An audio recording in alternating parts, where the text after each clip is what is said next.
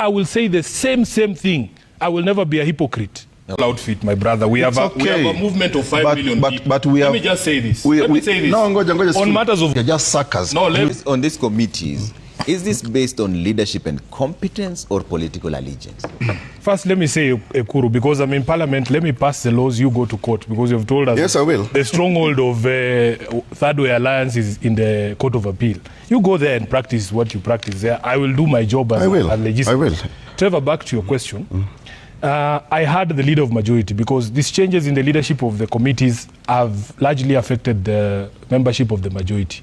I saw him on TV yesterday, the Honorable Aaron Cheruiyot, saying that there are people who have fallen out of favor in their own political party. So that is a question that you can properly put to him, not to us, because in our arrangement, nobody is being punished for anything.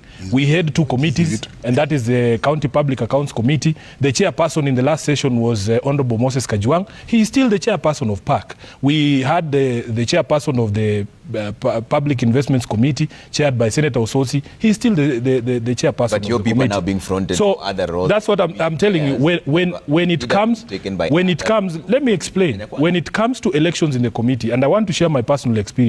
In 2022, when we were elected, I was proposed to be the chairperson of the Public Accounts Committee in the Senate on the day of the election, because, I was a fresher. I didn't know what goes on in Parliament. The gentleman who is now the chair of PAC, Moses Kajwang, because he was a third-term member of Parliament, he was able to convince other members from across the aisle. Actually, they cut a deal with Senator Gerard Gay. And that is how Senator Gerard Gay became a vice chairperson of PAC, yet he is not a member of Azimio. So in those committee elections, it is possible for you to persuade people from across the aisle, because there are various issues that are at play. Number 2, Trevor, it is very embarrassing for us sometimes to be in a committee and you're hosting serious people who have come before the committee, and the chairperson is inept, is unable to do the job of chairperson. I have been embarrassed personally, sitting in a committee there, and you can see the person who's the chairperson is struggling, yet there are still members of that committee who can run the show. And that is why sometimes you see some of us hijacking proceedings of those committees, because we know that the person who was there, he was put there because he's from the majority party, but he cannot do the job. At this particular tail end of the Senate, I think there is consensus amongst the senators that now it is time to get down to business and conclude the business that we started in the first half. And that therefore, we want serious leadership in our committees. I am not going to be in a committee where there is ineptitude. I joined the Security, Defense and Foreign Relations Committee this particular session because there's things we want to do in that Security Committee. We want to do an audit of all the abductions that have happened in this country. I want to understand Kenya's foreign policy. I want that Korir Sing'oei to come before my committee with his big English and tell us how he could allow Kizza Besigye to be abducted from Kenya. That is why I am in that committee. And I want a serious chairperson, somebody who believes in the rule of law. You are not going to just front any person for committee chairmanship and tell us that this is the person who's going to lead us. We are going to vote in that committee. I want a serious chairperson in the committees that I belong to. Lastly, Ekuru mentioned something about Mbadi.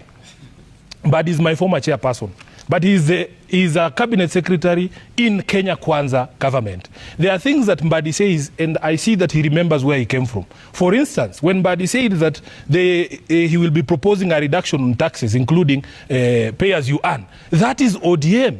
That is ODM. When Mbadi tells us that he will not be introducing any new finance bills, Trevor, that is ODM. We sat here and I remember you telling you that I will be speaking to the chairperson of the Azimio Economic Council. That was then Nderitu Mureithi. Nderitu Mureithi is appointed to government and he's speaking the same language we spoke, that there is no need to have an annual finance bill because it makes life very unpredictable. Those are the people that when they speak those things, we see that they remember where they come from. But when he stands up and says something else, we have also a responsibility to say, no. John Mbadi, of us, he will call them old habits. I call them values. Because if you don't stick to your values, the values are supposed to be your guiding light.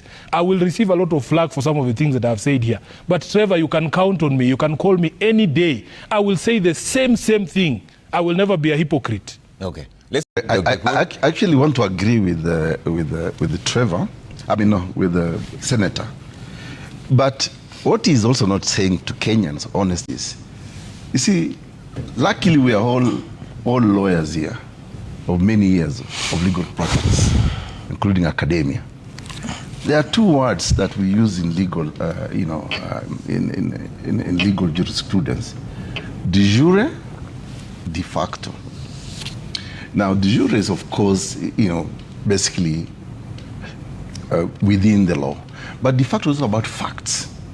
When Sifuna says that ODM is not supporting William Ruto, I mean, we know open statements out there where we are now talking about broad-based government. Although for me, it is actually bread-based government, because it's about people just wanting to be in government for their own selfish interest. Yeah.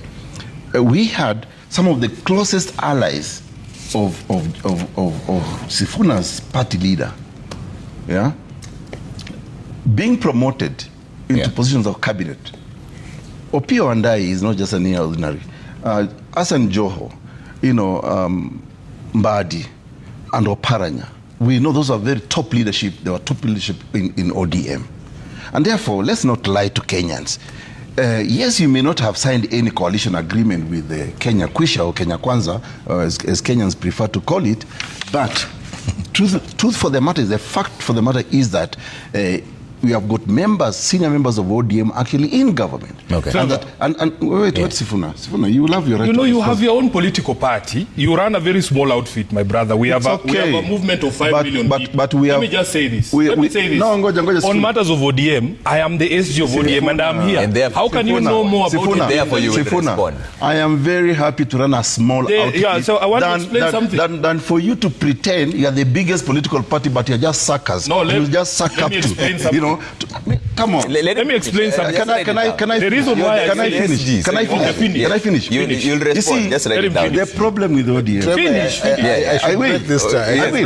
I will. Yes. The problem with all these ODM people. Look, if there is even a contradiction here. You've got Sifuna in ODM. You've got Ojenda in ODM. All pretending that actually they're not supposed. But let me tell you, ODM will always speak of principles so long as they are outside government.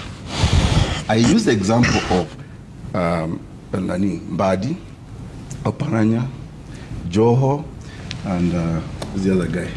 Wandai. Do you know how badly they spoke of William Ruto? And that is a pretense I don't really like in this country. Okay. I mean, this is the shenanigans Kenyans are being treated to politically.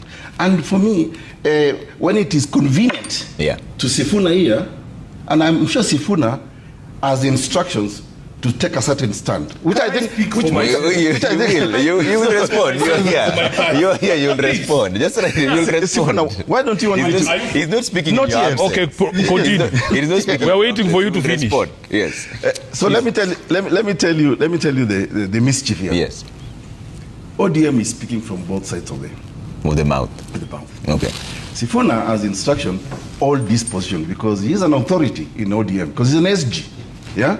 But his party leader, on the other hand, anataka kukula upande mwingine kwa serikali. Okay. Unaona?